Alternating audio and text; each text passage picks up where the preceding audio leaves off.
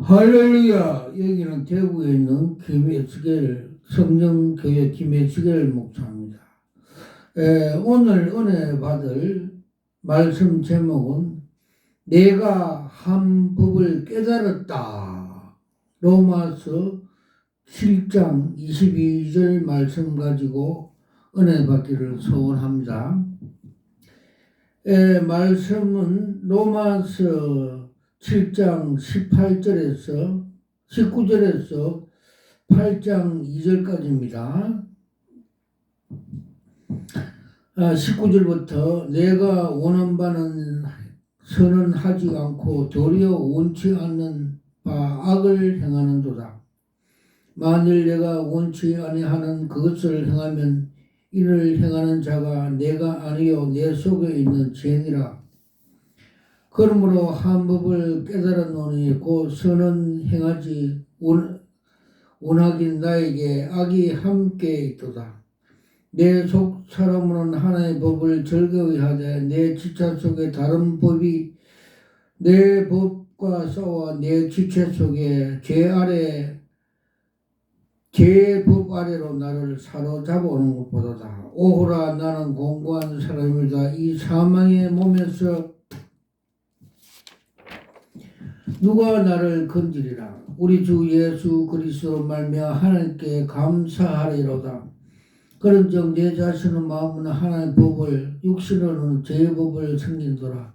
그러므로 이제 내가 그리스도 예수 안에 있는 자는 결코 정죄함이 없나니 이는 그리스도 예수 안에 생명의 성령의 법이 죄와 사망의 법에서 너를 해방하였습니다. 아멘. 오늘 본문은 인간의 철저한 자기 분열, 소외, 모순, 한계에 적나라하게 드러내고 있습니다. 19절에 보면 내가 원하는 바 선언하지 않고 도리어 원치 아니하는 바 악을 행하는도다. 21절에 선을 행하기 원하는 나에게 악이 함께 있는 것이로다. 22절 이하에 내 속사람으로는 하나님의 법을 즐거이 하되 내 지체 속에서 한 다른 법이 내 마음의 법과 싸워 내 지체 속에 있는 죄 아래로 나를 사로잡아 오는 것을 보도다. 고 사도 바울은 고백하고 있습니다. 마침내 비명을 질렀습니다. 오라 나는 공고한 사람이다. 이 사망의 몸에서 누가 건지리라. 이것은 바울의 절규였습니다. 그런데 바울이 언제 이 죄 때문에 절규했습니까? 당연히 예수를 믿기 전에 있었을까요? 예수를 믿는 자기가 한참 지나고 사도가 되어 로마서를 이미 7장까지 쓴 시점입니다. 원하는 바는 선은 행치 않고 원하지 않는 바 악을 행한다고 괴로워하고 있습니다. 바울은 어떤 사람입니까? 2000년 기독교 역사에서 가장 위대한 인물로 꼽히는 사람입니다. 그러나 그런 바울도 회심하고 사도가 된 이후까지도 죄 때문에 갈등하고 고통받았으며 절규하고 있는 것입니다. 왜 이런 모순이 발생합니까? 이런 모습은 어디서나 오는 것입니까? 바울은 예수를 믿고 거듭나긴 하지만 우리 몸에 죄의 잔재가 있다고 말을 하고 있습니다. 죄의 구속력, 죄의 막강한 이항력이 우리 몸에 남아 있습니다. 옛사람의 습관, 근성이 아직도 우리 내 몸에 지배하고 있다는 것을 가르쳐 주고 있습니다. 그래서 여전히 우리는 선보다 악을 덜 즐거이 합니다. 악에 더 익숙해하고 죄를 지으면 훨씬 더 편합니다. 분명히 신분을 바뀌었는데도 내 몸에는 아직 여전히 죄의 간섭이 남아 있습니다. 마치 피된 담배를 끊기가 어려운 것처럼 그렇습니다. 아무리 끊겠다고 해도 내 몸에 니코틴이 남아있어 기회가 되면 또 피우고 싶습니다. 그런데 죄는 이것보다 더 지독합니다. 원래 우리나라 사람들이 고려 시대까지만 해도 참으로 적극적이고 활달하고 대범하고 매사에 긍정적으로 보고 있습니다. 그런데 조선시대 들어오면서 유학의 얽매여서 시작해서 사고가 경직되고 시작해서 많은 수가 많습니다. 그리고 일제 36년 거치면서 냉소적이 되고 부정적이 되어서 오늘날 이정이 되었습니다.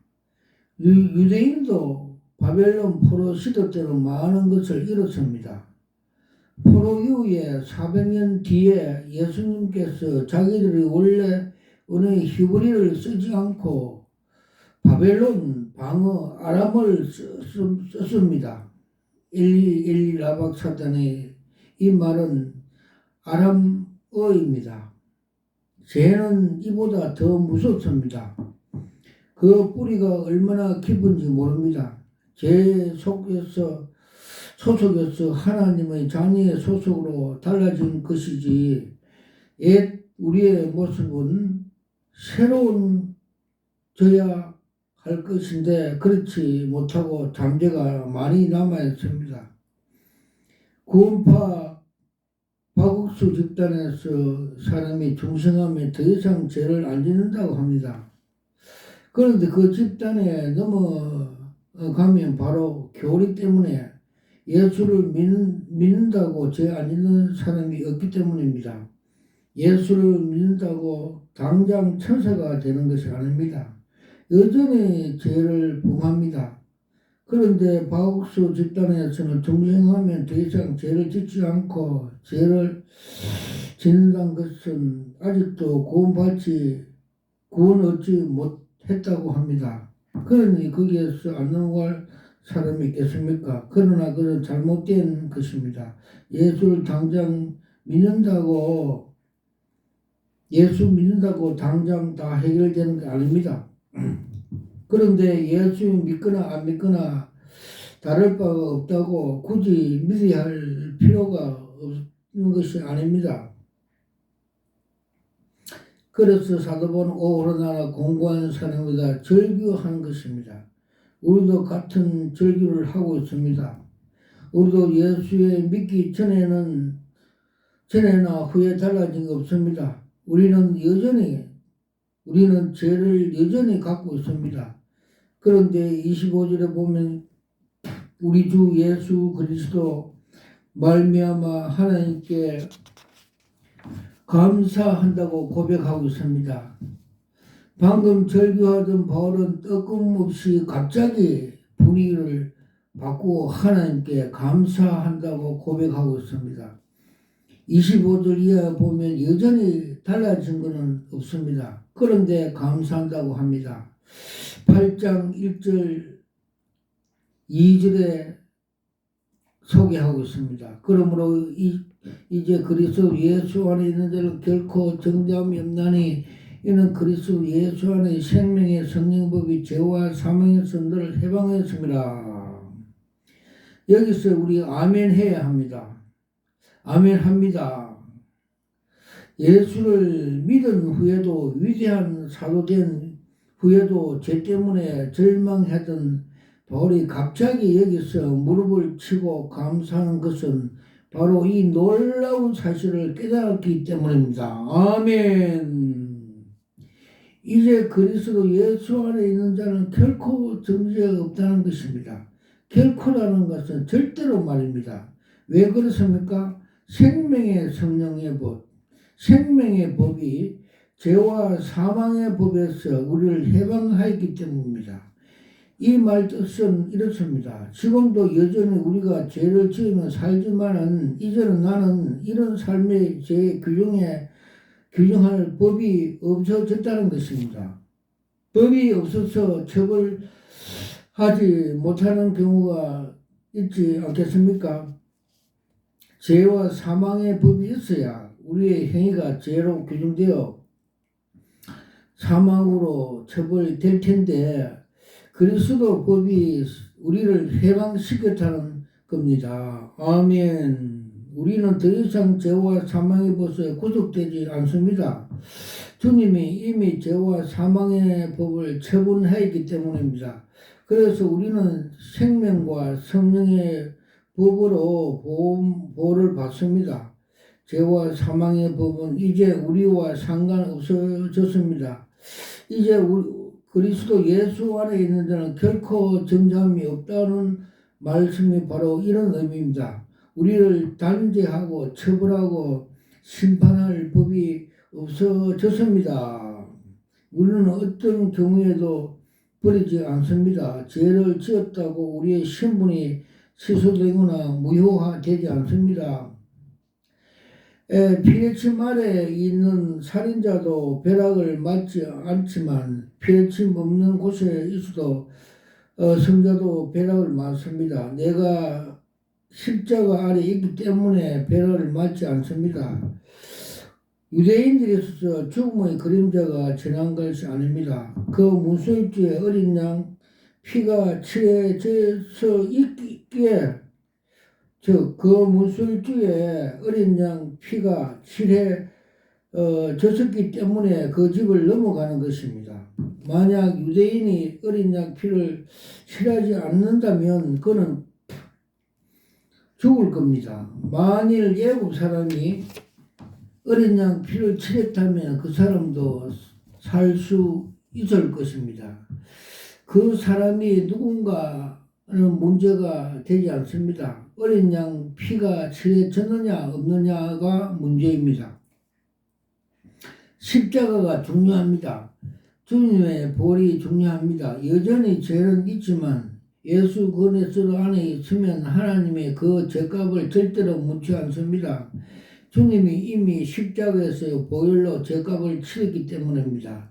이것이 대속 속량이 했기 때문입니다. 더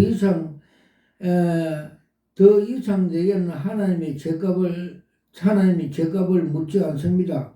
주님이 이미 죄를 갚아 주셨기 때문입니다. 아멘. 그래서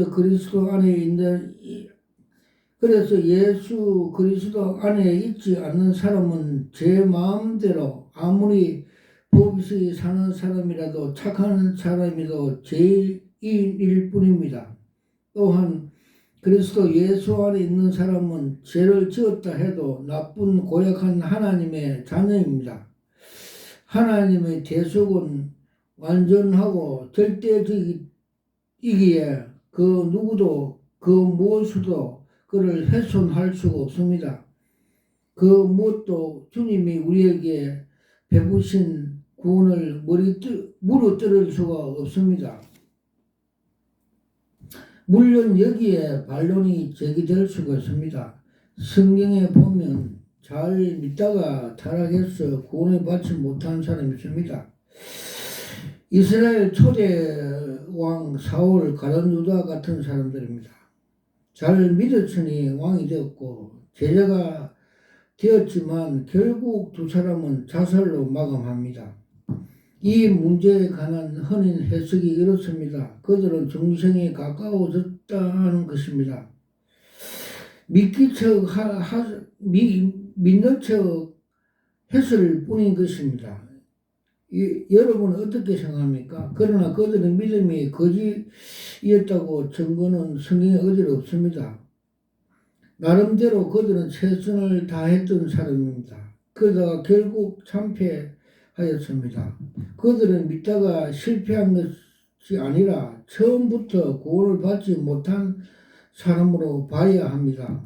처음부터 택함받은 사람이 아니었다고 보아야 합니다. 이 해석이 맞습니다. 사울과 가룟 유다 같이 사람이 잘 믿다가 중간에 실패하다가 때문에 그보다 처음부터 알곡이 아니라 가라지였던 것입니다. 그래서 예정론이 맞습니다. 알곡이 실패해서 가락지가 된 것이 아닙니다. 주인은 알곡을 골라서 뿌렸는데 묘하게 밀밭에 가락지가 있었던 것입니다.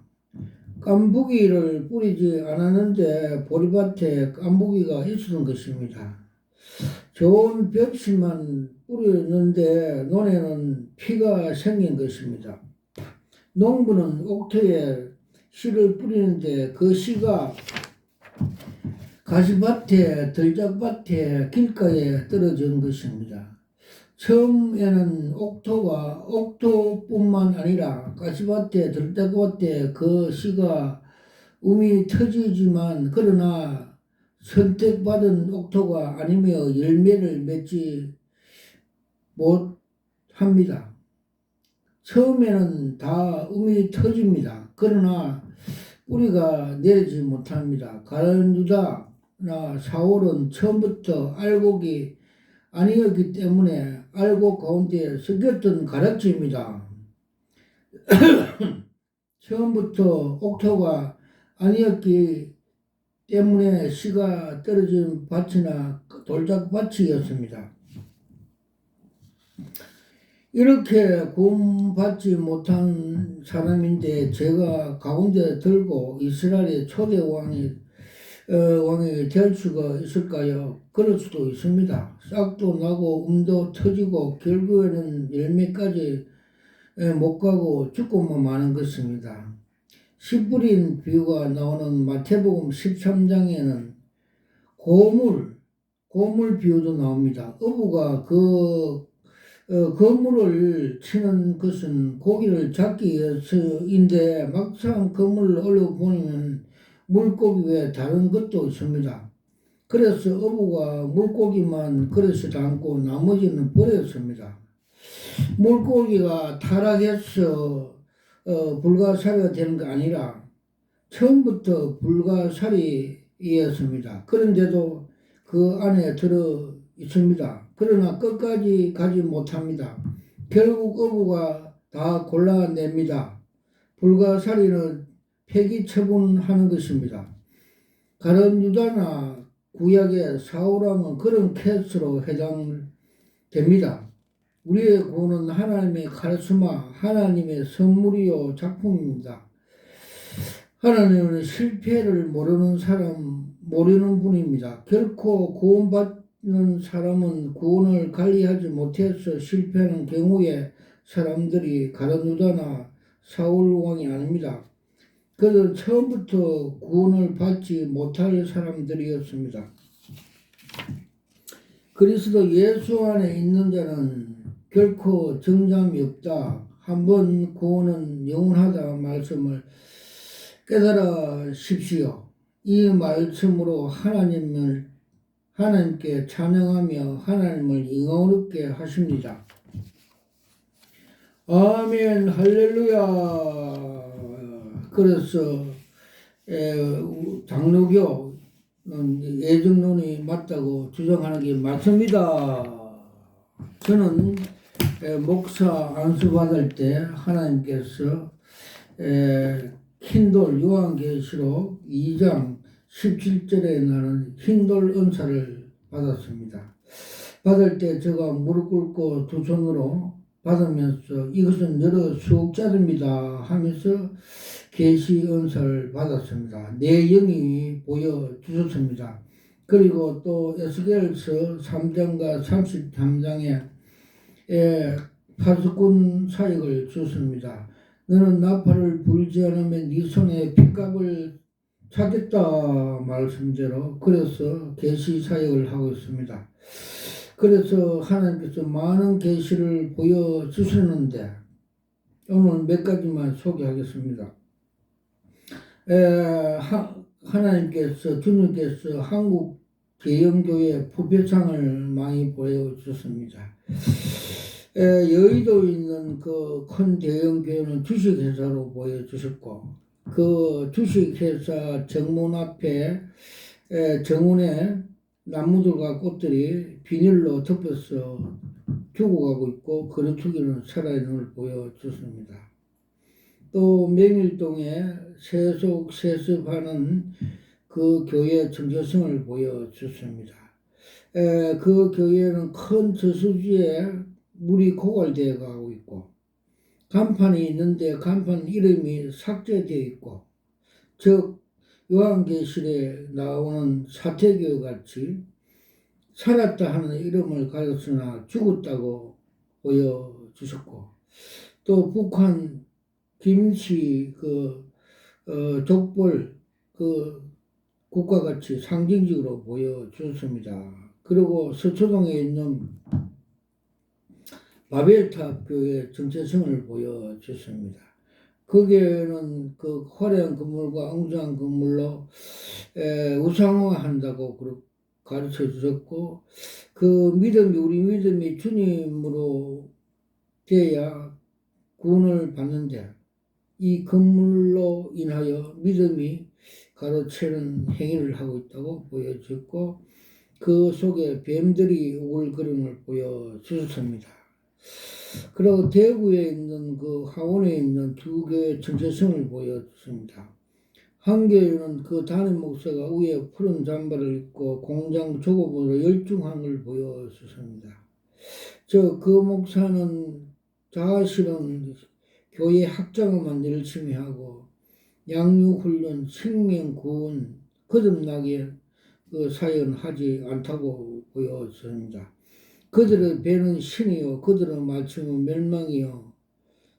그래서 사도 바울은 눈물로 건면하고 있습니다. 즉 빌립보 3장 17절에서 21절 말씀, 십자가의 원수 행위를 하고 있다고 가르쳐 주고 있습니다.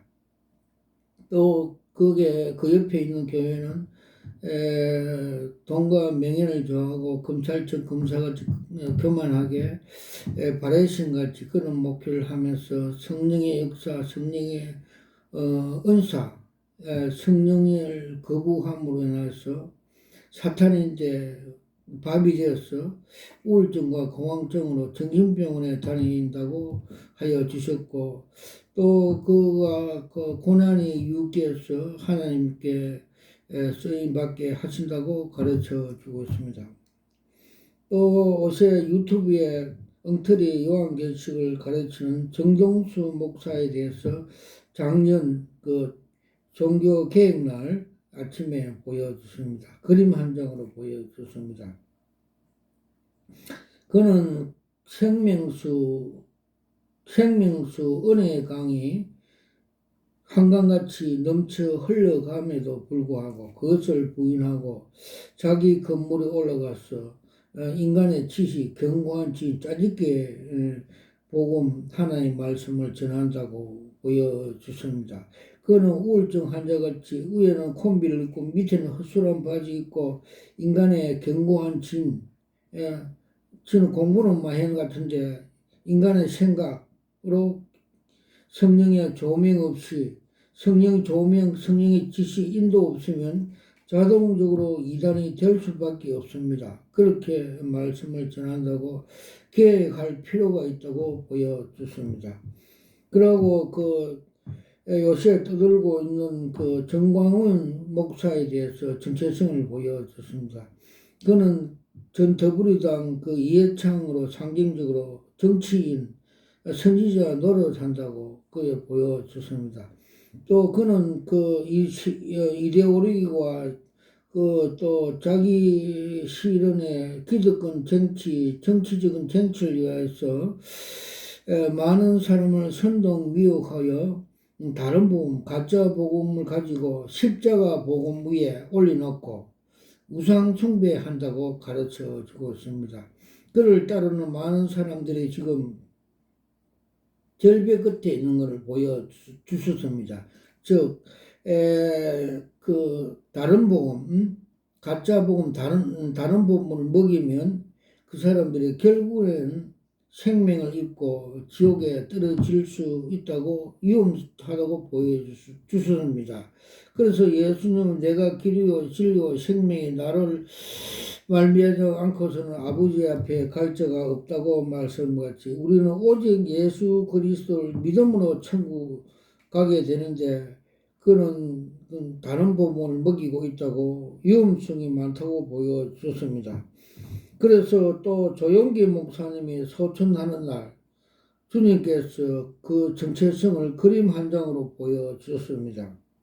즉 서울의 대조동 처음 개척할 때 그 교회 그 종탑에 있는 종봉알 쇳덩어리가 1m짜리가 땅에 떨어진 걸 보여주셨습니다. 그래서 제가 깜빡 새벽에 일어나서 주님이 무슨 뜻입니까? 이러면서 다니엘 같이 계시를 풀이해달라고 기도했습니다. 기도하니까 주님께서 그 말씀을 풀어주셨습니다. 우리 형님도 목사인데 천국 소천하는 날 하늘에 스데반 같이 웃으면서 우리 주님이 환영하는 걸 보여주셨는데 왜 세계적인 목사, 세계적인 80만 그 담임 목사, 유명한 그 목사가 왜 그런 그림을 보여주는지 궁금해서 기도한 바 주님의 음성이 그는 십자가 도가 하나님의 능력이고 하나님의 지혜인 줄 알면서도 이를 부인하고 이생의 안목과 이생의 자랑 정욕으로 불법으로 목회를 하여 지옥에 떨어진다고 보여줬습니다. 즉 마태복음 7장 21절과 23절에 보면 나더러 주여 주여 하는 자마다 다 천국에 들어갈 것이 아니라 아버지 뜻대로 행하는 자 들어간다고 주님께서 말씀해 주셨고 너희들이 귀신을 많이 쫓아내고 많은 사역을 하도 불법으로 행한 자 내게서 떠나가라고 주님이 말씀하였습니다. 그래서 오직 예수 오직 주님을 믿어야 우리가 천국에 갈 수 있다고 가르쳐 주고 있습니다. 그래서 도산 안창호 선생님 말씀같이 우리가 예수 잘 믿으면 자유민주주의, 자유시민권이 된다고 말씀해 주셨고 예수 잘 믿으면 자동적으로 애국자가 된다고 하나님의 백성이 된다고 가르쳐 주고 있습니다.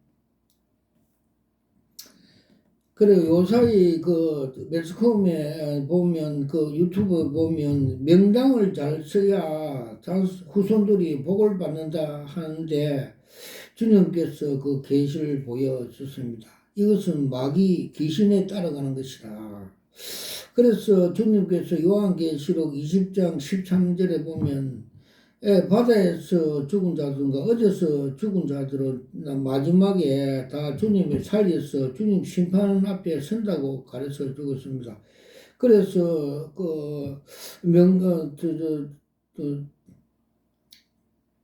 우리가 매장하는 거나 아무 때나 하도 아무렇게나 하도 된다고 주님께서 그래 유교적인 사상을 버리라고 가르쳐 주셨습니다. 그리고 제가 여기에 3년 동안 처음에 기도하니까 주님께서 빨간 고추, 청양고추를 하나 보여주시면서 너가 성령과 불을 받았다고 명시해 주셨습니다. 그래서 협진증으로 숨을 못 쉬고 있는데 거기에서 손으로 3번 타치하면서 안수 기도하니까 협심증에 불이 들어가서 그 기름덩어리에 시커멓게 녹아내리는 걸 보여주셨고 또 위장병 식도염으로서 고생하고 있는데 기도하니까 수술 가위와 그 기구들이 나타나서 고쳐주셔서 그 이튿날 깨끗이 나섰습니다. 그리고 자네의 우울증으로 기도하니까 뱀 3마리의 목을 성령의 검으로 잘라버리고 치유하는 걸 주님께서 계시로 보여주셨습니다. 그리고 좁으면 좁은 길을 들어가야 천국에 간다고 계시적으로 보여주습니다. 즉 면회 시험장의 T 코스, S 코스, Z 코스에 통과하여서 가던 중에 다이아 빵꾸 터지고 어려운 일 다 통과하여서 결승점에 도착하여 그 합격되어 두 손으로 환호하는 계시의 그림을 보여주습니다. 즉 천국 가는 길도 좁으면 좁은 것 같이 면회 시험장 같이 같다고 주님께서 계시로 보여주십니다. 70년, 80년도에 그 대구에서 그 치유 사역을 기적적인 암병 환자들이 많이 났고 기적적인 치유 사역이 많이 일으킨 현신의 근사가 어느 날 입신하여 천국에 갔더니 주님께서 자기를 모른다 하고 생명촉에 자기 이름과 조용기 목사님과 몇몇의 목사님의 이름이 없다고 하여 입신에 깨서 그 간증을 조용기 목사와 그 사람들에게 간증을 전했다고 합니다. 그래서 자기는 그 주님의 꾸중을 듣고 회개하여서 제주도 땅 또 뭐 이래 300억 뭐 500억 이래 돈을 숨겨놓은 걸 팔아갖고 북한 선교에 헌납했다고 그런 간증을 하고 있습니다. 그래서 우리는 천국 가기 위해서는 좁은 길로 가야 됩니다. 그리고 요사이 보니까 매스컴을 보니까 지금 우울증 환자가 100만 시대라고 매스컴에서 나오고 있습니다. 왜 이렇게 지금 됐느냐 하면 옛날에는 교회하고 기도원이 이 환자들을 다 수용해서 고쳤습니다. 성령의 불의 능력으로 다 고쳤습니다. 그래서 말세 되면 이 사탄들이 자기 때가 다 된 줄 알고 강하게 지금 설치할 때가 이때입니다. 그래서 주님께서 마지막에 천국에 올라가기 전에 하나님 우편에 가기 전에 40일 동안 영의 몸으로 제자들에게 나타나셔서 사도행전 1장 3절과 8절 말씀을 가르쳐 줬습니다. 하나님 나라를 하늘에서 이룬 것을 땅에서 이루기 위해서는 이렇게 해야 된다고 가르쳐 주고 있습니다. 8절에 오직 성령이 임하신 너희의 권능과 근세를 받고 예루살렘 사마리아 땅까지 내 정인이 자동적으로 된다고 가르쳐 주셨습니다. 그래서 그 제자들이 순종하여서 오순절 마가 다락방에서 성령의 불을 받고 능력을 받고 그 귀신이 울거리는 사마리아 동네에 가서 하나님 나라 말씀을 선포하고 복음을 전파할 때 그 도성에 큰 기쁨이 있더라고 기록되어 있습니다. 우리도 지금 시대도 마찬가지입니다. 주의 종들이 성령의 불을 받고 능력을 받고 하나님을 확정할 때 귀신들이 나오고 하나님 나라가 하늘에서 이루어진 같이 이루어집니다. 그런데 성령을 거부하고 인간의 머리로 로고스, 그 말장난, 이래 성경 공부하고 그런 사람들이 방언을 거부하는 사람들을 목사들이 주님이 상징적으로 보여주셨는데 그들은 유교 때 썩은 총, 애만 녹슬은 총알이 나지 않고 불이 나가지 않는 능력이 나가지 않는 헛수아비 목사라고 보여줬습니다. 또 그들이 회개하고 성령의 불을 받으면 큰 그 깡철 세만이 큰 호수같이 쇠 호수같이 세라믹 호수같이 성령의 통로로 쓰임받게 된다고 가르쳐 주고 있습니다. 지금 이 세대가 마지막 사탄의 자기를 지옥으로 끌려가려고 한 명이라 더 끌려가려고 발광하는 이 시대에 우리 주의 종들이 제자들이 목사들이 성령의 불을 받고 하나님 나라 확장하는 데 귀하게 쓰임받아 하나님 마지막 심판됐을 때 착하고 충된 종이라고 칭찬받는 저와 여러분이 되기를 예수 이름으로 축원합니다. 모든 영광을 하나님 앞에 올려드립니다.